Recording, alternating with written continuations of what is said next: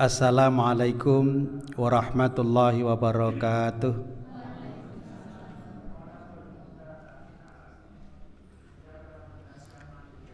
Innal hamdalillah nahmaduhu wa nasta'inuhu wa nastaghfiruh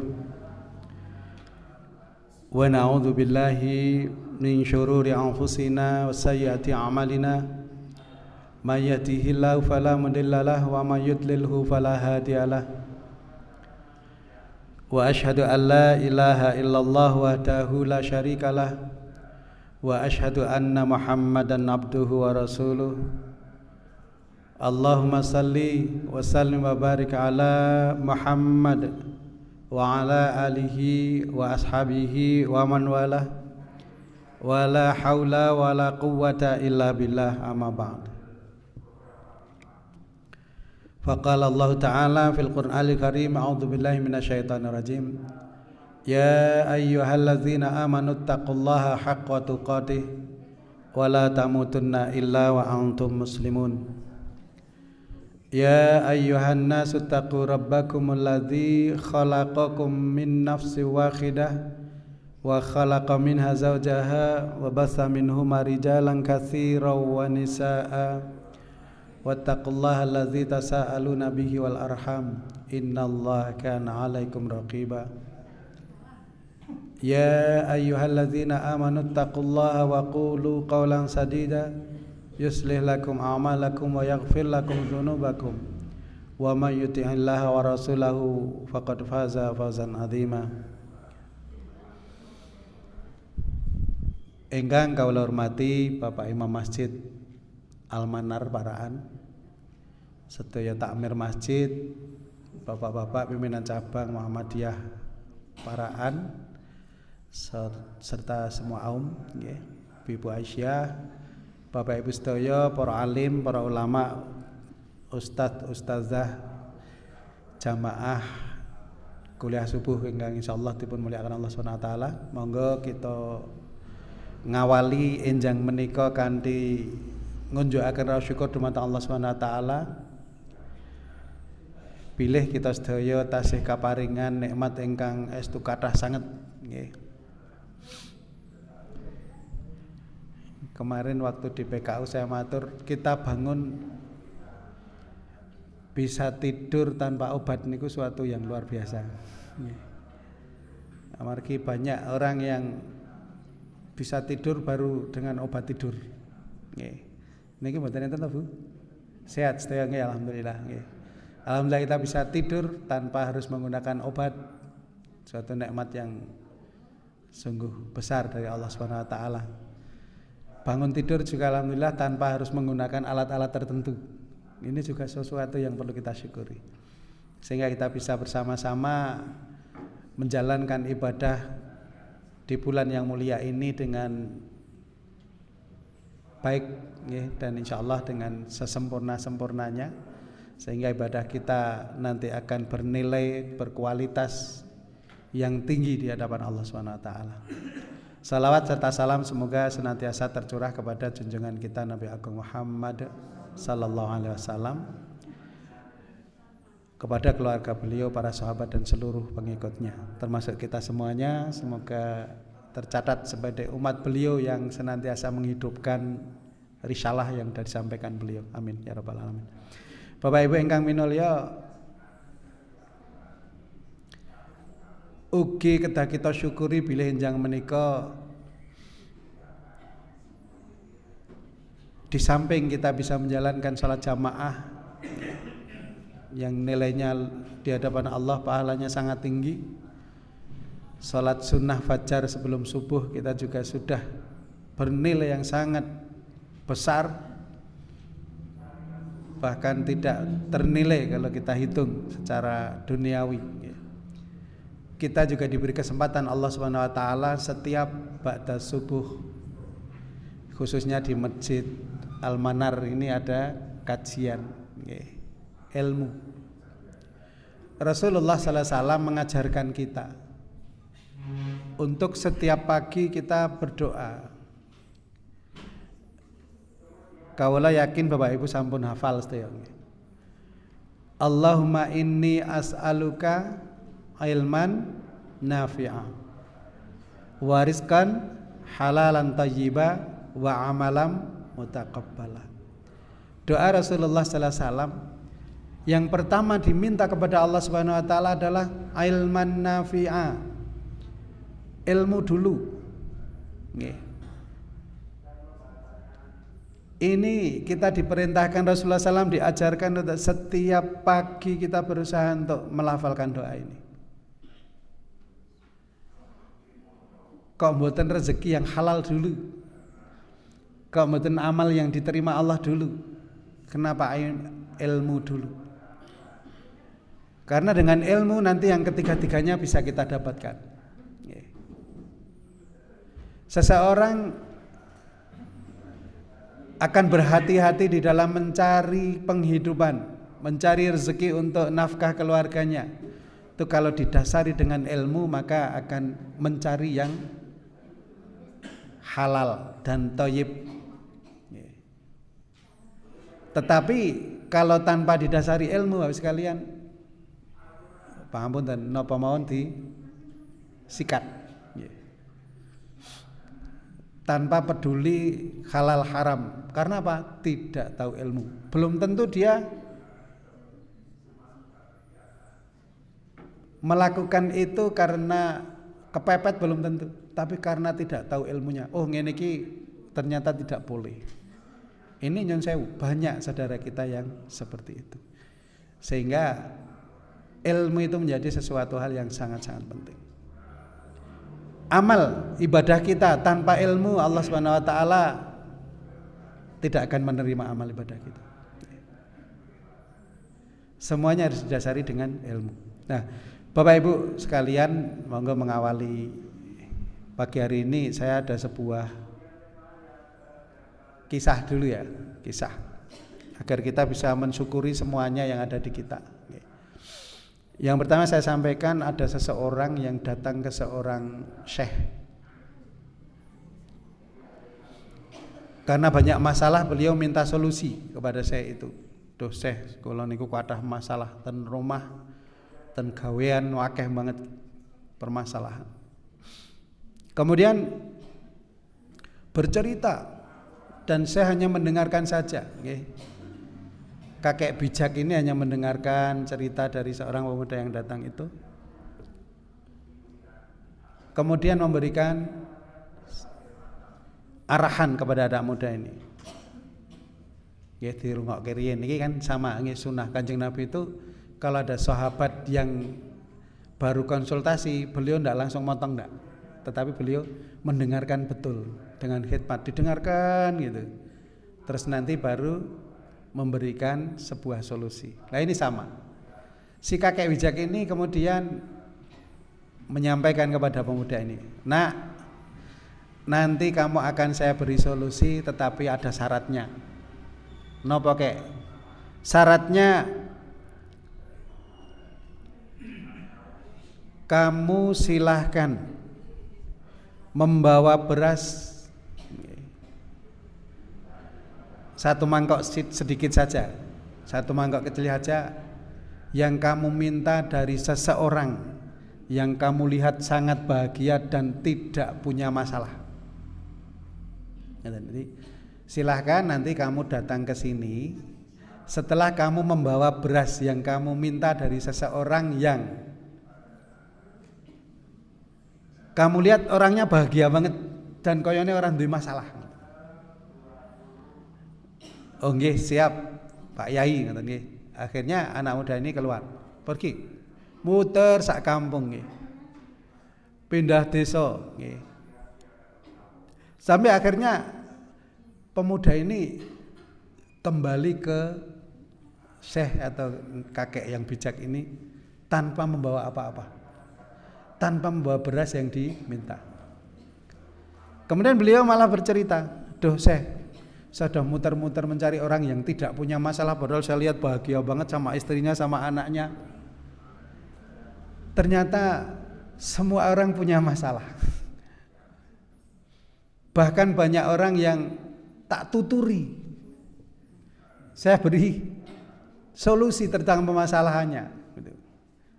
Jadi akhirnya saya itu pelajaran yang kamu terima, Pak, tidak ada manusia yang hidup ini tanpa masalah.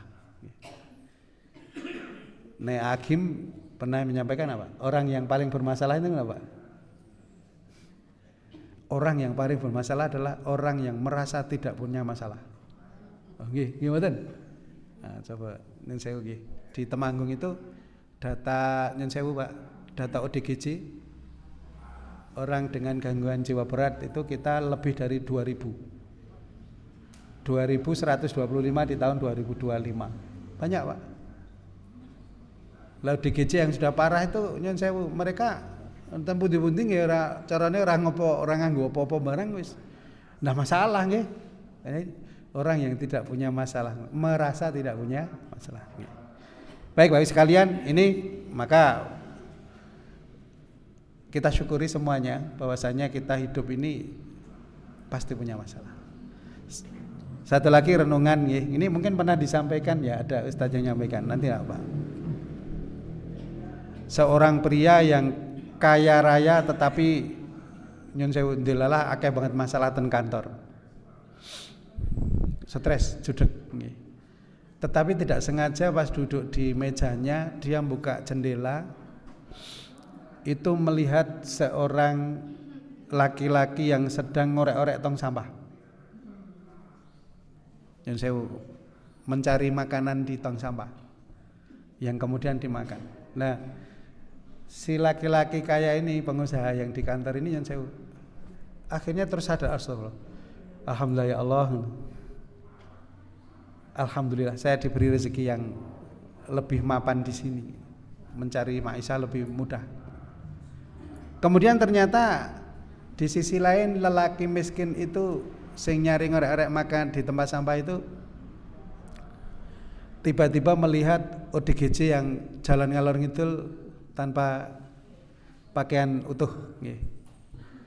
Lah orang sing golek tong sampah itu tadi juga bersyukur ternyata, alhamdulillah. Aku rasa stres ngoten. Bersyukur ngoten ya.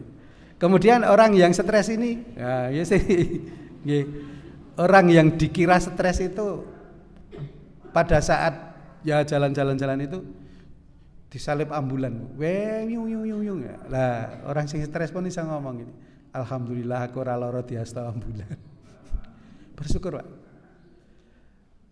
Orang yang sakit di ambulan turun ke IGD, kemudian masuk rumah sakit digeledek pakai berangkar itu. Bareng-bareng melewati ada jenazah yang sedang diangkut juga. Jejer jeret. Kaget sing kecelakaan di bawah ambulan. Alhamdulillah saya masih hidup, sampai orang yang seperti itu masih bersyukur. Lah sing digeledek sudah ditutup kain kafan, nggak bisa bersyukur lagi, Bu. Nah, maksudnya bahwa kita selama masih hidup itu banyak hal yang bisa kita syukuri. Apapun yang ada kita itu harus kita syukuri. Hanya orang yang mati, yang sudah meninggal dunia, yang tidak bisa bersyukur lagi, karena wis telat. Mau bersyukur seperti apa? Bapak Ibu yang dimuliakan Allah SWT, akhir tahun kemarin kami mengikuti sebuah pelatihan terkait dengan pembimbingan haji. Nah, ini saya punya cerita. Kami dari peserta itu ada kultum rutin ba'da subuh ngeten iki. Terus salah satu peserta menyampaikan kultum tentang sebuah buku yang bagus sekali dibaca nggih. Judul bukunya Life After Life. Life After Life. Ada yang pernah membaca? Belum. Dibahas ya. Yang menulis adalah Profesor Raymond A. Moody. Beliau seorang dosen di Universitas Georgia. Raymond A. Moody. Life After Life. Jadi dalam buku tersebut beliau menulis hasil wawancara terhadap 150 orang yang pernah mengalami mati suri. Mati suri, Pak. Ten paraan enten mboten sing pernah mati suri? Mungkin ada, kita nggak tahu. Mungkin ada. Karena apa? Orang yang pernah mengalami mati suri, dia tidak akan bercerita ke sembarangan orang. Kenapa? Orang percaya. Ini yang dialami oleh Profesor Raymond ini. Lah di situ Bapak sekalian, saya teringat terhadap sebuah kisah Rasulullah SAW. Ada seorang sahabat Nabi. Di sini pernah diceritakan Sya'ban, sahabat Sya'ban. Belum ya? Mungkin sudah neng lali ya. Jadi ngeten cerita man. Suatu hari Rasulullah SAW pada saat mau sholat subuh ngeten, Rasulullah mersani shaf jamaah, ada sesuatu yang janggal. Kok ono siji jamaah sing sahabat sing biasane ono kok iki ra ketok. Ada seorang sahabat Nabi sallallahu alaihi wasallam yang punya kebiasaan agak unik. Beliau datang ke masjid setiap hari 5 kali itu tidak pernah terlambat. Datangnya selalu tepat waktu, bahkan sebelum adzan wis sudah duduk di pojokan, Pak. Di depan. Itu rutin. Ditanya, Sa'ban, kenapa kamu kok milih yang pojok orang yang cerak imam wae? Saya enggak mau ganggu orang. Saya pengen yang pojokan udah gitu. Itu rutin setiap hari. Lah suatu hari, suatu subuh Rasulullah SAW mencari ini kok ora ono Sa'ban. Rasulullah kemudian tanya sahabat ada yang lihat Sa'ban enggak? Enggak ya Rasulullah. Kita tunggu dulu sebentar. Ditunggu, kemudian beberapa waktu ternyata enggak muncul juga. Akhirnya ya udah kita sholat dulu, nanti kita sambil tunggu. Enggak kesiangan. Nek cara mriki ndak subuhan. Subuh awan. Mriki aja ndak subuhan. Ayo. Akhirnya salat Rasulullah jamaah bareng para sahabat. Setelah selesai Rasulullah balik ke jamaah, orang ketok. Sahabat ini belum kelihatan. Akhirnya Rasulullah bertanya pada sahabat, sahabat ada nggak yang tahu rumahnya Sa'ban? Kemudian beliau, ada satu sahabat, saya tahu ya Rasulullah, mari kita silaturahim ke rumah Sa'ban. Akhirnya beliau bersama rombongan sahabat tindak ke rumah Sa'ban. Nah, ini yang istimewa sekalian. Ternyata rumahnya sahabat Sa'ban ini dikisahkan perjalanan Rasulullah dari Masjid Nabawi ya, di Madinah sampai rumahnya Sa'ban itu dari selesai subuh, turun dari subuh terus sampai waktu duha baru sampai rumahnya Sa'ban. Di perkiraan mungkin sekitar 3 jam. Oh, misalnya niku jamaah ora tahu telat. Dhewe pinggir masjid niki nunggu qomat teng gitu, Bu. Omahe pinggir masjid nunggu qomat, tekan masjid nunggu imame mulai ngentekke sak ler sik. Ngono gitu. Ini nyon sewu, fenomena di tempat kita seperti itu. Nek sing ning Arab Saudi kita pada saat jamaah haji atau umrah mangkatan masjid kok kurang 10 menit ya wis salat ning aspalan nggih, Mbah. Telat. Nah ini sahabat-sahabat perjalanan 3 jam tidak pernah telat salatnya. Ini menjadi pelajaran kita. Waduh dhewe niki. Ewa semanten Bapak sekalian. Dikisahkan di sini sahabat-sahabat itu gelone luar biasa, menyesal. Lah, kok menyesal? Jadi ceritanya ngeten. Akhirnya sahabat dan Rasulullah dan sahabat tindak ke rumahnya sahabat Sa'ban. Sampai di sana sekitar 3 jam perjalanan, sampai rumahnya sahabat Sa'ban ketemu istrinya. Bu, betul ini rumahnya Sa'ban? Betul. Ya Rasulullah. Tetapi ya sambil sedih ibunya itu. Kemudian cerita. Ya Rasulullah. Rasul itu bertanya, Bu, bapaknya neng endi? Biasanya ki nek salat ora tau telat, iki kok ora ketok ngoten. Ibune jawab, "Pangapunten Kanjeng Nabi, bapaknya sedo tadi menjelang subuh." Jadi sekalian, dari kisah ini pelajarannya luar biasa banyak. Beliau sahabat ini tidak pernah telat sholat padahal beliau jauh jaraknya sekali saja nggak ikut sholat karena sudah dipanggil Allah Subhanahu Wa Taala.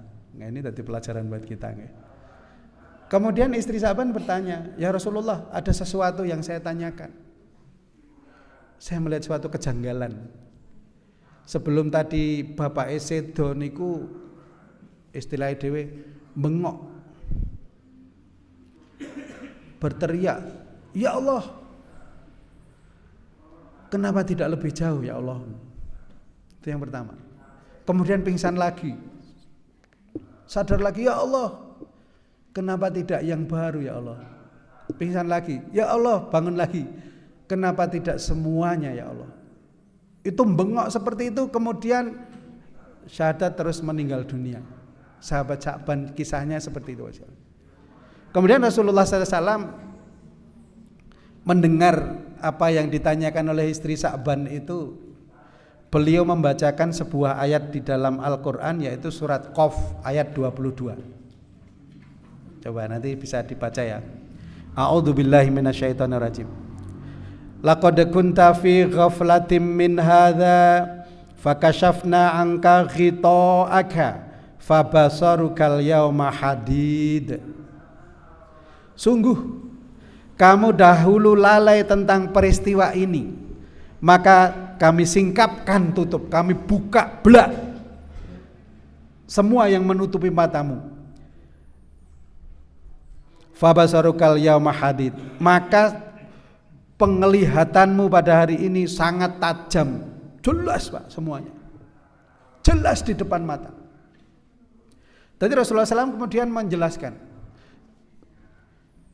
pada saat orang mengalami sakaratul maut, dan kita pasti akan mengalami, tidak pandang usianya udah tua atau muda, umurnya dhewe niki sithik Pak, estu niku. Mboten pitados tahun dari yang lenggah menika ada nggak yang usianya 90? Masih ada? Nggak ada? 80? Pak Sibun? Belum ya? Ada yang 80? Ibu? Nggak ada. Bapak? Lah udah makhluk langka ya 80. Usia kita berapa? Sebentar sekali. Dan semua nanti pada saat kita sakaratul maut, kita akan mengalami seperti yang dialami oleh sahabat Sa'ban yang dikisahkan oleh Rasulullah SAW. Apa? Pada saat kita meninggal dunia, kita akan melihat semua yang kita sudah lakukan secara jelas di depan mata. Jadi Rasulullah cerita gini, memberikan keterangan begini. Jadi sahabat Sa'ban suatu hari beliau rutin setiap hari ya, pagi, siang, sore, malam sholat jamaah ke masjid dengan jarak yang tadi 3 jam jalan kaki. Itu pada saat sakaratul maut diperlihatkan Allah Subhanahu Wa Taala prosesnya. Jadi tindak mangkat mulai ini dilihatkan Pak. Kita lihat sendiri video ini dewe ngeten. Dan satu lagi, Allah memperlihatkan pahala yang diterima. Kilo, mergo kowe bendina ning Masjid Wirawiri oleh pahala seperti ini. Luar biasa. Gelane napa? Ya Allah, kenapa rumah saya kok ming sebitu? Ora luwih adoh. Jadi bagi Bapak Ibu yang rumahnya agak jauh ke masjid, alhamdulillah, syukuri nggih. Pahalanya akeh banget niku. Bagi yang deket ya alhamdulillah juga ya. Iso salat sunai luwih kasih. Itu yang pertama. Kemudian Rasulullah berkata, suatu pagi sahabat Sa'ban mau berangkat sholat subuh. Beliau keluar dari rumah, ternyata pas suhunya udara dingin sekali di padang pasir. Kemudian beliau kembali ke rumah, ambil baju untuk dobelan. Biar apa? Anget. Bajunya baju yang sudah jelek, dilalesin di bawah, yang lusuh. Singkat cerita, beliau akhirnya berjalan ke masjid. Di tengah padang pasir beliau mendengar suara orang kesakitan merintih. Ternyata orang yang sedang kedinginan. Lah beliau karena iba mesake temen ya Mas iki dilepas bajunya. Yang mana? Yang dobelan. Terus dipakaikan sahabat yang sakit itu, kemudian dipapah ke masjid ikut salat jamaah. Lah Bapak sekalian, itu diperlihatkan Allah semuanya. Peristiwanya diperlihatkan sampai pahala yang kamu dapat kilo. Kowe ngekei baju orang itu kamu nanti akan mendapatkan ganjaran seperti ini. Gelo ya Allah, kenapa bukan bajuku yang baru yang tak kasihkan? Kenapa yang jelek? Kenapa? Oh, sing elek wae pahalane kok yang ini ya Allah. Yang ketiga sekalian, Rasulullah bercerita suatu pagi sahabat Sa'ban, ini malah sing ngendika itu Rasulullah, padahal cerita karo bojone Sa'ban yang meninggal. Suatu pagi sahabat Sa'ban itu diberi minum, siapkan minum susu sama roti sama oleh istrinya untuk sarapan istilahnya dhewe nggih. Pada saat mau minum ada pengemis datang ke rumahnya, dodok di depan jendelanya. Bapak kula dereng maem telung dino, nyun maem, nyun paring-paring lah. Akhirnya apa? Mesake susu dibagi loro, Pak. Rotine dibagi loro. Ya Mas, duduk mriki maem bareng kula. Diajak makan bareng. Itu diperlihatkan peristiwa itu oleh Allah Subhanahu wa taala. Ki lho, kowe mbiyen wis tau ngene iki lho. Dan ini nanti pahala yang kamu dapatkan. Sehingga begitu sadar beliau menjerit, ya Allah kenapa ndak semua tak kasihkan wae gitu.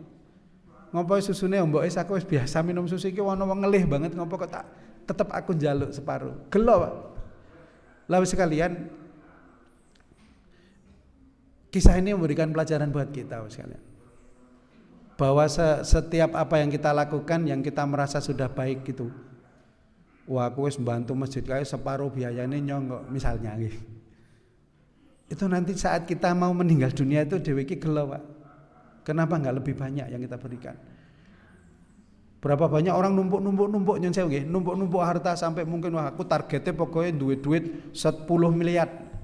Begitu wis target tercapai 10 miliar, mati. Pripun niku? Ora menek mati blas.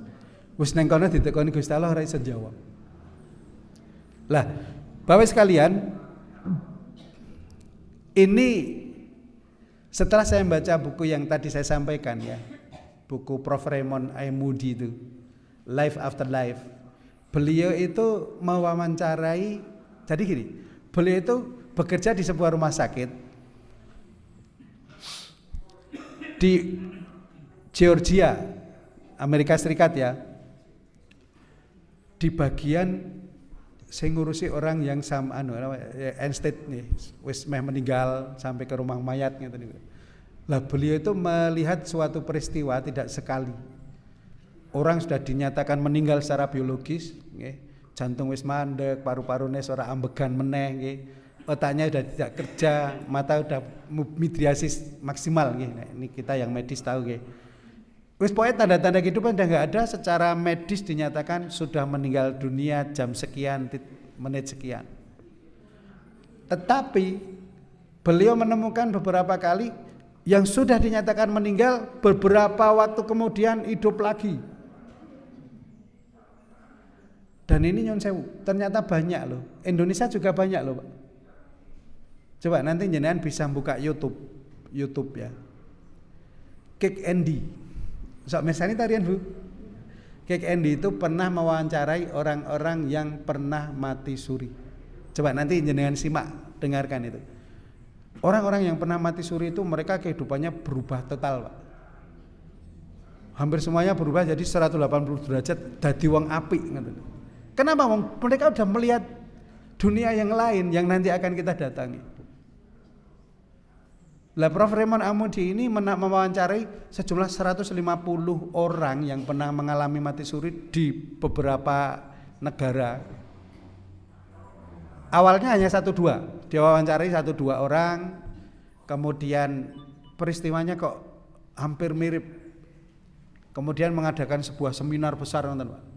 Seminar besar di mana yang diundang karena ini kan suatu yang spektakuler. Kok ana wong mati urip meneh iku nek cerita apa ngeten to? Di seminar kan banyak orang yang datang, Pak. Mungkin ribuan datang di sebuah satu ruangan besar. Nun sewu. Saat beliau bercerita, kalau nanti ada yang mau konsultasi silakan menghubungi nomor HP ini, nomor HP saya, ngeten ya, Pak. Biasanya ngeten nggih penceramah ya. Setelah selesai, Pak, itu ternyata tidak 1-2 orang yang ikut seminar itu WA beliau. Profesor, saya pernah mengalami mati suri.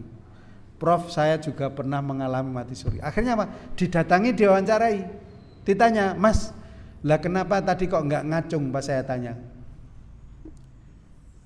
Akhirnya cerita, saya pernah bercerita kepada keluarga saya, tidak ada yang percaya. Nyun dikerowong edan malah. Kenapa? Karena sesuatu hal yang di luar nalar yang dia alami itu saat meninggal mati suri itu. Dan peristiwanya sekalian nanti bisa dibaca ya bukunya. Mirip dengan kisahnya Sya'ban. Anu nggih, pitados CCTV ya. Nah, kita kan di rumah kita sekarang banyak, ini juga ada CCTV nggih. Kita dilihat.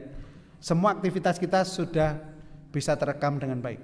Di dunia saja kita sudah bisa melihat kemarin saya ngapain itu sakit Bu. Pakai HP jenengan kemarin jam sekian saya di mana posisi saya ngertas badan sakit badan. Bisa. Pakai Google Map kan kelihatan semua nanti. Oh, kemarin saya di Paraan jam 5 sampai jam 6 pagi. Setelah itu saya di Temanggung, perjalanan dari jam 6 sampai setengah 7 sampai Temanggung misalnya. Itu di sini bisa kita lihat semua. Rekam kita sudah terlihat semua, Pak. Itu masih di dunia. Napa mulai mengkaitan akhirat. Nah, Prof. Rema mewawancarai bahwasanya orang-orang yang memati suri itu mereka menyatakan dan mengakui pernah hampir semuanya diperlihatkan Ibu, namanya flashback kehidupan. Jadi ternyata orang yang pernah mati pernah ngalami tindian Bu. Tindian ya. Dhewe iki kaya nyawane melayang-layang ning dhuwure tubuh kita. Koyo tangi ki ora isa ngeten, leres nggih. Mirip itu. Jadi di buku ini ada dikisahkan seorang yang mengalami kecelakaan. Mati di tempat. Lah, orang ini yang saya akhirnya kan ceritanya hidup lagi kan, mati di tempat. Lah, ini bercerita saat kecelakaan itu banyak orang yang ngerubungi badan saya. Saya itu di atas. Saya melihat orang-orang itu pada nangis, pada istilahnya ngebleki aku. Dan saya berteriak-teriak, aku kira apa-apa, saya enggak apa-apa. Atau ngebleki sing do nulungi itu penolong ngebleki, enggak ada yang reaksi sama sekali. Saya bengok sak kencenge, enggak ada yang krungu. Aku kira apa-apa ngoten lho. Sampai masukkan ambulan, terus kemudian masuk ke ruang di rumah sakit dan seterusnya, yang akhirnya dia sadar. Semua dilihat, Pak. Terus ada yang di rumah, dia itu ada jadi gini. Saat tubuh saya di bawah dikerumuni keluarga dan nangis semua, saya itu berada di bawah langit-langit rumah saya. Nangis semua. Aku kira apa-apa, bengok-bengok, berteriak, saya enggak apa-apa. Tapi tidak ada yang peduli, semuanya habis nangis itu. Yang endingnya akhirnya dia hidup lagi nih Bu. Terus Isa cerita itu. Itu orang-orang yang mati suri kenapa? Diperlihatkan semua peristiwa dalam hidupnya. Jadi setelah itu, kemudian mereka bercerita, mereka masuk ke lorong yang gelap gitu. Akhirnya mentok ke sebuah padang yang luas sekali, terang sekali. Do cerita gitu sing do pernah mati itu. Terang sekali seperti Nyun Sewu. Kita kalau pernah dengar hadis Rasulullah SAW tentang Lailatul Qadar, paginya seperti apa Pak Ustaz? Misalnya malam ini Lailatul Qadar, paginya diceritakan Rasulullah seperti apa? Nanti itu matahari terang benderang, padang banget, tetapi tidak panas. Suasananya enak segar. Coba mungkin dititeni nggih Bu. Oh kayak gini Ramadan 10 hari terakhir kok ada hari paginya itu seperti itu. Paduan resik langite pokoknya enak rasanya itu. Itu insya Allah kemungkinan malam Lailatul Qadar. Nah, ini sama Pak. Orang yang mati suri merasakan semuanya kelihatan nampak jelas banget gitu. Kemudian pada saat itu seluruh kehidupannya diputer, dia melihat set gitu Pak. Kayak cara dhewe di style kayak videonya dhewe ngeten lho. Pada saat kita berbuat baik kita nonton seneng banget gitu. Pada saat kita mukul orang, saat dhewe ngerasani wong wah gelone setengah mati Bu, kayak gitu. Iya. Dan itu nanti diperlihatkan semuanya. Maka ayatnya jelas sekali tadi kan. Fabasaru kal yauma hadid. Pada waktu itu, pada waktu sakaratul maut, mata kita justru cetoh Pak melihat peristiwa yang sudah berlalu itu. Oleh karena itu Bapak sekalian, ini bahkan sampai ditulis di buku beliau. Kemudian saya pernah nonton film. Ini zaman nom senengnya adalah film gitu. Tapi saya senangnya film ilmiah, sains ilmiah. Ada film judulnya Flatliners. Mungkin saya ndelok jenengan. Tapi sekarang masih bisa ditonton enggak? Flatliners. Wah ini menceritakan beberapa dokter muda di sebuah rumah sakit itu melakukan penelitian yang luar biasa menegangkan. Tadi caranya ya penelitian eksperimen sing wah medeni ekstrim, nggih, ekstremin gila. Apa? Dia mematikan diri. Wah, kesakit bisa Pak Saleh. Jadi dia masuk ke ruang operasi, ada 5 atau 6 koas, saya lupa itu di filmnya itu. Saya lihatnya udah lama. 5 atau 6 koas atau dokter muda, nggih. Dokter yang sedang mengambil spesialis residen berarti ya kalau kita ya, residen itu. Nah, beliau itu karena mendengar ada kisah orang pernah mati suri dan lain-lain itu Bu. Akhirnya penasaran terus melakukan eksperimen itu. Jadi saya nyoba tapi 2 detik saja matinya ya. Ngerti Bu Mas. Jadi sontek, jantungnya mandek, semuanya berhenti, pupil midriasis wis nyatakan meninggal. Jadi pakai ini Bu. Sensor jantungnya, ECG-nya dipasang. Jadi tit tit tit tit 2 detik saya dihidupkan lagi. 2 detik terus 2 RJP. Cuk suntik obat. Bangun Bu. Terus dia mengalami suatu yang luar biasa Bu. Ternyata beliau cerita teman-teman, hidupnya jadi nggak tenang. Kenapa? Diperlihatkan bahwa dulu waktu masih kecil wis tau njotosi wong. Nggak tenang hidupnya Bu.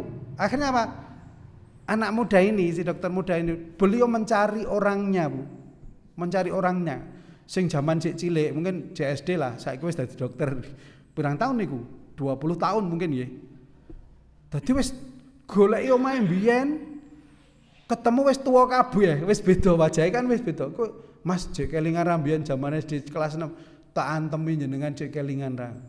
Wah, oh ya sing antemi jenengan akhirnya apa? Minta maaf nangis-nangis, habis itu hidupnya tenang Bu. Yang 5 ini sama, teman-temannya ini mereka melakukan eksperimen itu. Ada terus akhir berani, saya 5 detik, saya 10 detik, saya sekian, 1 menit. Betul Bu, tegang nonton film itu. Ternyata apa? Ya, yang saya ini entah ini kisah nyata atau bukan yang filmnya itu, tapi ini menggambarkan kok mirip-mirip dengan buku yang ditulis oleh Prof. Raymond Emodi. Lah, Bapak sekalian, kisah di balik ini mengingatkan kita bahwasanya di dalam surat Zalzalah nggih sering dibaca Pak Imam nggih. Faman ya'mal mithqala dzarratin khairan yarah. Apapun yang kita lakukan dan itu mithqala dzarratin nggih, hanya sebesar ya atom nek wong sekarang nek mbiyen mbah-mbah itu biji sawi ngoten nggih. Wiji sawi saking cilike. Jadi kita berbuat yang baik sekecil apapun, ya roh kita nanti akan melihat. Kenapa ya video ini di-share meneh, Pak? Wa may ya'mal mithqala dzarratin syarron ya roh. Yang syarron pun, yang jelek pun kita akan melihatnya. Saat kita melihat video kita kok baik, kita akan seneng banget, Pak. Dan Allah nanti akan memperlihatkan. Ini di kisahnya Sya'ban Rasulullah nanti diperlihatkan pahalamu. Itu baru pas sakaratul maut, Pak. Nggih. Bapak Ibu yang dimuliakan Allah Subhanahu wa taala, pramila Bapak sekalian, ternyata apa yang kita lakukan semuanya nanti akan kita lihat sendiri. Dan rekaman ini yang saya bisa membuat kita menyesal. Kenapa? Yang jelek menyesal kenapa saya berbuat jelek, yang baik menyesal kenapa kok tidak lebih baik. Bapak Ibu yang biasa membaca Quran surat Yasin, Yang sering membaca ini, yang rutin monggo. Ayat 65 coba. Pada hafal semua ya, a'udzubillahi minasyaitonir rajim. Al-yauma nakhtimu ala afwahihim gitu. Wa tukallimuna aydihim wa tashhadu arjuluhum bima kanu yaksibun. Al-yauma nakhtimu ala afwahihim, pada hari ini nanti kami tutup mulut mereka. Nek sakniki napa mawon dhewe diajak sing apik atau kita berbuat yang jelek, mungkin saat kita ditanya dhewe iso alasan. Karena mulut kita masih bicara. Gimana? Yo ngaji yo kosek gaweanku lagi akeh. Ayo salat jamaah kosek Mas urung rampung. Mas wis meh komat kosek sak lerengkas. Niki ngomong terus. Gimana? Dijak sing apik ya ngomong mawon, nek berbuat jelek dikandani ora gelem. Ya, ora napa nggih? Ya merasa benar. Itu sifat manusia seperti itu. Kenapa? Mulutnya masih bisa bicara. Wong Jawa sampai ada apa istilah Jawa niku napa? Sak ombo-ombone alas, luwe ombo alasan. Betul mboten? Ah iya dhewe ku apa titik alasan wae iki. Nah, yang cewek ini dan nanti wa tukallimuna aydihim, yang bicara siapa nanti di sana? Tangan kita, Pak. Nyun sewu. Terkait dengan tangan kita yang bicara, saya tanyakan. Saat ini tangan kita sudah bisa bicara belum? Nang donya, Pak. Mpun dereng. Masa? Pernah lihat TV acara kriminal, pembunuhan berantai misalnya, perampokan di sebuah bank besar, pembunuhnya ketemu betul? Perampoknya ketemu nggak? Sebagian besar ketemu, Pak. Dari mana? Ini kenapa di? Sidik jari, Pak. Sidik jari kita. Sekian miliar manusia yang hidup di dunia, atau mungkin dari zaman Nabi Adam sampai sekarang, triliunan manusia, tidak ada satupun sing sidik jarinya sama, Pak. Padahal ruwet kok ngeten lho, Bu. Uwer-uwer cilik ora ketok niki, sing sepuhe ora ketok blas nggih. Ini enggak ada yang sama loh, Bu. Satu pun enggak ada yang sama. Sehingga jadi identitas sendiri. Ada peristiwa-peristiwa yang orang tidak tahu, setelah diteliti ternyata tangannya bicara. Napa? Sidik jarinya bicara. Ketemu, Pak. Ki urung dina nyun sewu, belum di hari sana nanti, belum di depan Allah Subhanahu wa taala. Apalagi nanti. Ora rasa niki ini sejak tahun 1885 nggih mulai dipakai sidik jari. Sekarang Bapak sekalian, dhewe iso nyun sewu ngandani wong lewat niki saged ta? Mboten tutuk to, Bu. Jari to sing ngomong. Nggawe statusnya menyinggung orang lain, nyakiti hati enggak? Siapa itu? Tangan kita. Tangan kita sekarang udah bisa bicara. Kaki kita nanti akan bersaksi. Ini semua Bapak sekalian. Jadi monggo nggih. Dikarenakan semua yang kita kerjakan, semua yang kita ucapkan, semua yang kita amalkan nanti akan kita lihat sendiri. Tentu cerita dalam hidup kita yang bisa membuat baik atau jelek adalah kita sendiri. Dewe pengen nonton filmnya dewe sok ben apik napa elek, tergantung kita saat ini. Sing dimate pun niku. Kita jelek pun nanti kita melihat pasti gelo, Pak. Kita baik tentu itu yang diinginkan. Kalau kita melihat peristiwa dari sahabat Sya'ban, kita teringat sebuah hadis Rasulullah SAW, la yashba'a mu'minu min khairin hatta yakuna muntahahul jannah. Seorang mukmin itu senantiasa berbuat yang khair, yang baik, dan tidak pernah merasa puas. Dadi nek wong mukmin niku mboten enten marem nindakake kesaenan, Pak. Kapan berhentinya? Hatta yakuna muntahahul jannah, sampai kakinya nanti menginjak ke surga. Jadi ini ciri seorang mukmin itu apa? Selalu berbuat untuk lebih baik lagi. Quality continuous improvement. Mungkin itu nek nggone rumah sakit, sekolahan nggih. Apa? Perbaikan mutu atau kualitas yang terus menerus sifatnya kontinu. Ini kan di akreditasi mesti ada nggih Bu Dokter Dewi ya. Continue quality improvement. Jadi terus. Kenapa? Ya harus lebih baik.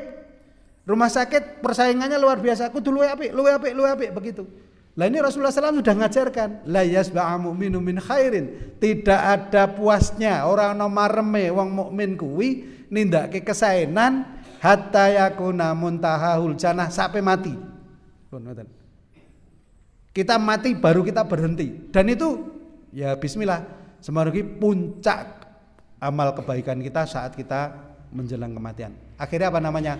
Husnul khatimah. Itu semuanya yang kita harapkan. Pramila sekalian, di bulan Ramadan yang mulia ini yang kita tidak tahu apakah ini besok kita ngalami lagi kan enggak mboten ngerti, tapi bismillah kita berdoa semoga nanti kita ditemukan kembali Ramadan tahun-tahun yang akan datang, dan semoga sampai hari ini, semoga tahun ini semoga menjadi Ramadan yang sudah pernah kita alami, yang Ramadan yang terbaik. Amin ya rabbal alamin. Kekurangan di amal kita tambahi, dan jangan hanya kita fokus ibadah sendiri, tapi ibadah sosial. Karena setelah sholat bukan puasa yang di Quran banyak disampaikan oleh Allah SWT dalam firman-Nya. Wa aqimis sholata wa atuz zakah. Mesti gitu. Gaduane mboten wa atus saumura, ora dikon siam mboten. Bar sholat kita diminta untuk beramal solih. Itu yang paling penting. Jadi action kita di sana. Puasa pun yang kita harapkan tidak hanya kesehatan secara fisik, secara mental kita insya Allah akan sehat. Dan satu lagi, sehat secara sosial. Mula enten buka bersama, sahur bersama, nggih. Niku adalah salah satu untuk sosial, dan sedekah-sedekah yang lain. Diakhiri besok menjelang lebaran kita diperintahkan untuk membayar zakat fitrah.